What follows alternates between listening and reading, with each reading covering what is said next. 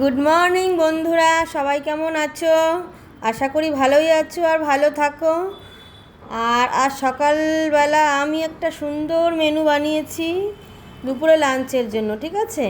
তো চলো মাছের ঝোল দেখে নিই কীভাবে বানিয়েছি।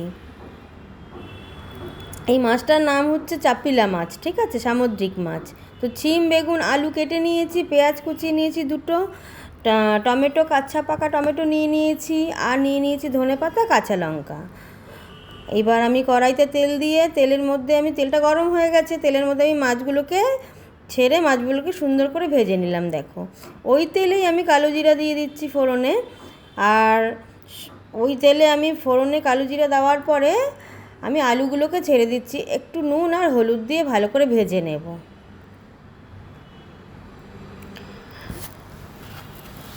সামুদ্রিক মাছ দেখবে এইভাবে কালো জিরে, কাঁচা লঙ্কা, ধনেপাতা দিয়ে পাতলা ঝোল রান্না করে দেখবে বন্ধুরা, এক মাছের ঝোল দিয়েই কিন্তু রাইস খাওয়া হয়ে যাবে, অন্য কিছু লাগবেই না, পাতে নিতেই হবে না।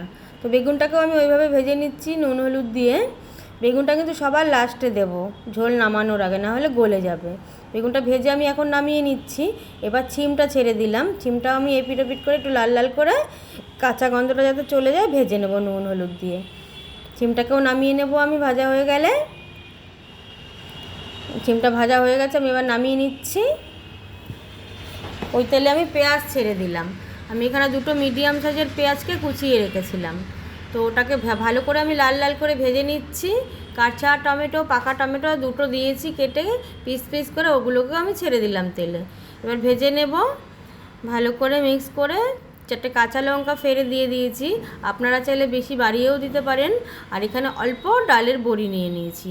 আমি এই তেলের মধ্যেই বড়িটাকে ছেড়ে দিলাম, নুন হলুদ পরিমাণ মতন দিয়ে দিচ্ছি।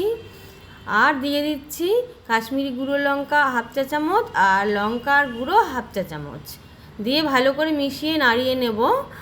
আর আমি এরপরে ভাজা সবজিগুলোকে এর মধ্যে ছেড়ে দেব,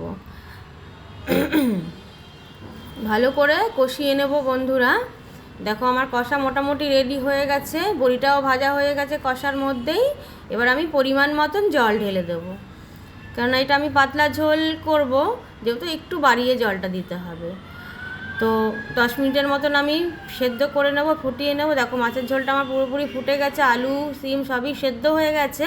এবার আমি মাছটাকে নামানোর আগে ছেড়ে দেবো কড়াইতে। তো মাছটা দিয়ে কিন্তু বেশি নাড়াচাড়া করা যাবে না, কেন মাছটা খুব নরম, কাটা ছাড়া মাছ, একটাই কাটা আছে মধ্যিখানে।